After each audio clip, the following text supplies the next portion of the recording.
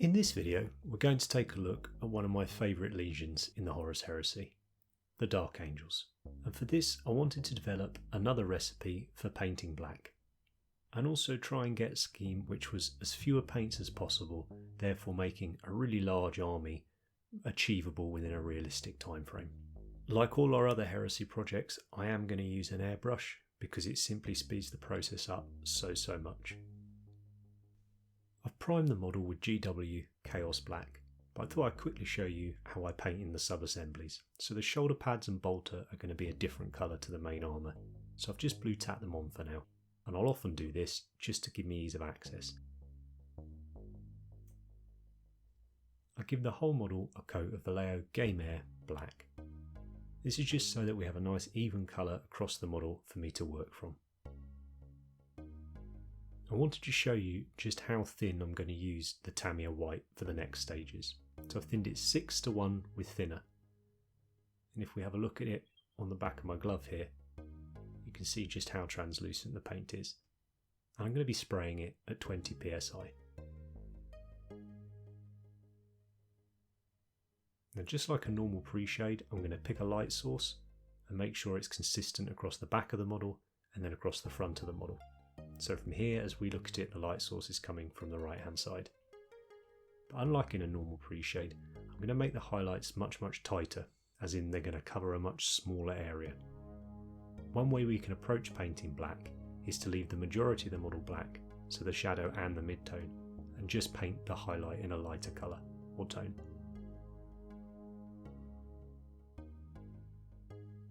And here it is again, but just sped up on the front. You can see my airbrush is really close to the model, but the Tamiya White gives me great control. And I'm just building it up, I'm not trying to get the white right in one go. And if you do mess up for whatever reason, just load up a little bit more of that Vallejo Game Air Black and correct the problem.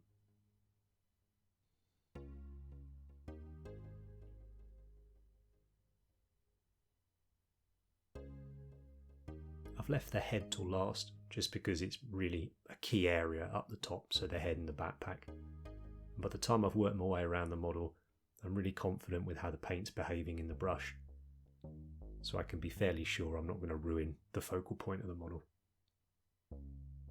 But you can see it looks a little bit odd at this stage. That's perfectly okay.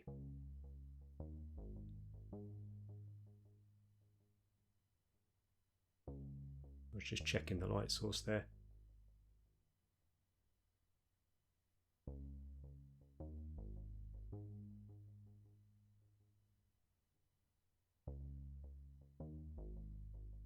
Right, looking pretty good.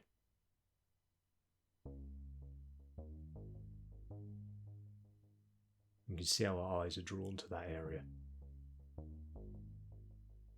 The parts I'm going to be painting red, I do a normal pre-shade on. So with the same Tamiya White mix, I just quickly work my way around the bolter and around the shoulder pads. But this time, making them much more grey, with a nice bright highlight and very little black still on show.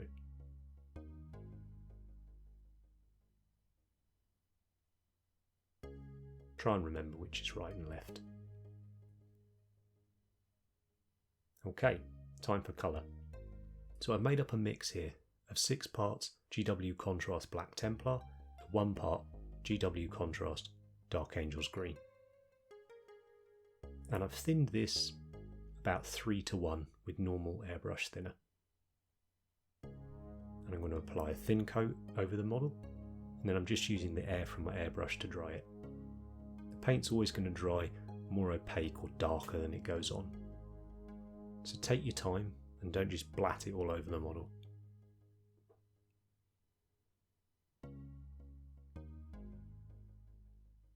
Then we'll do the same to the front, this time sped up.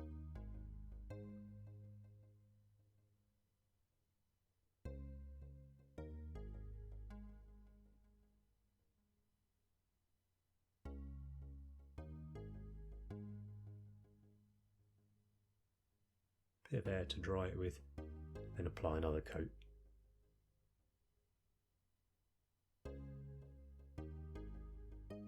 can see already we're starting to get a really interesting looking colour on the model.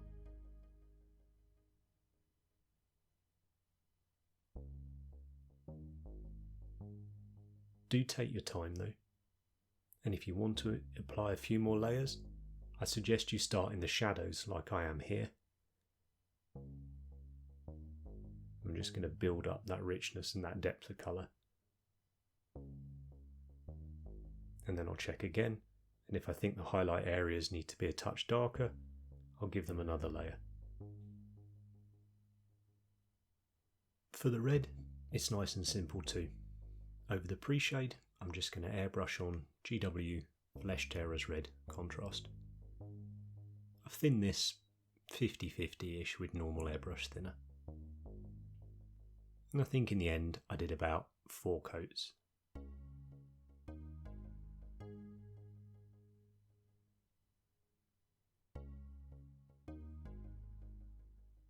And here we can see them together.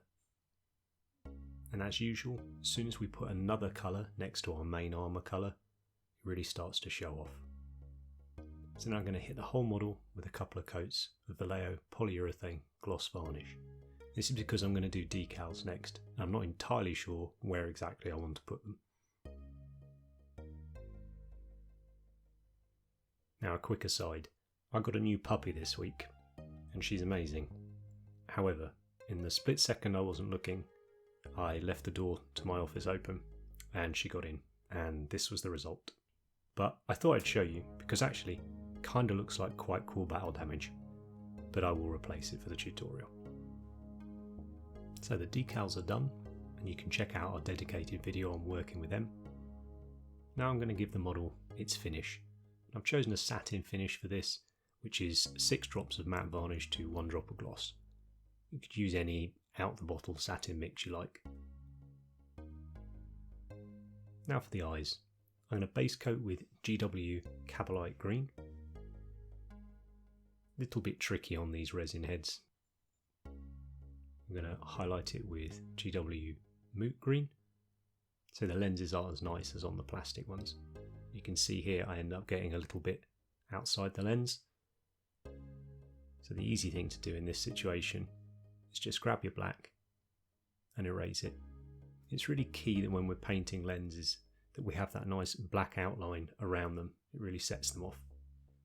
Unless of course you do an OSL. And then a white dot. And rather annoyingly the paint had dried on my brush. So we'll have another go. I love these helmets, but they're a right pain to paint. And other than being out of focus, I've also messed up and got more white on the helmet. So back to the black. Fix that up. And we're looking good. That's why I do eyes before I do the rest of the helmet. For all the metal trim and in fact all the silver metal parts on the model, I'm going to give them a coat of GW Iron Warriors. It's a relatively new paint by Citadel. It's really nice. It's like a darker lead belcher.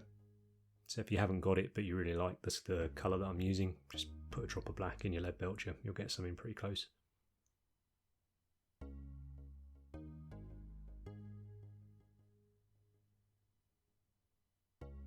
I've chosen to do quite a bit of silver trim on this model, just to break up the black.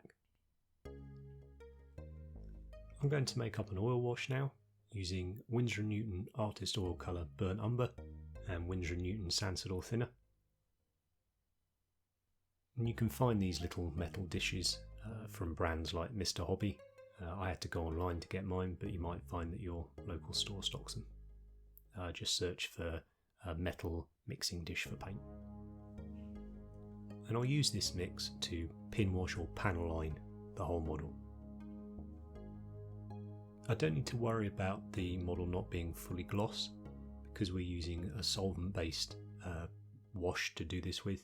The surface tension is still really low, so we still get lots of capillary action, which means it runs into all the cracks rather than sits on the surfaces. Again, we've done a whole dedicated video to this sort of technique. And the reason I wanted to do this rather than just use a black and make it even darker was it brings a little bit more interest to the model. It's going to make it look really dirty and worn and weathered, which is a look I think is great for Heresy models. There's also the fact that dirt is the same colour as dirt, whether it's on a light coloured armour or, in this case, a dark coloured armour.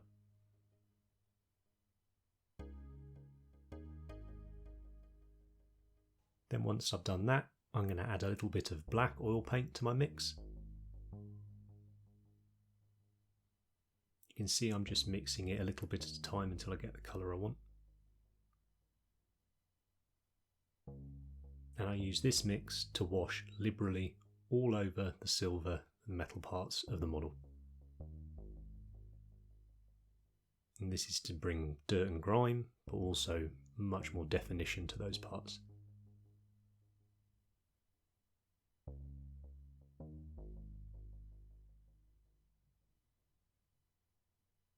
Really starting to come to life now.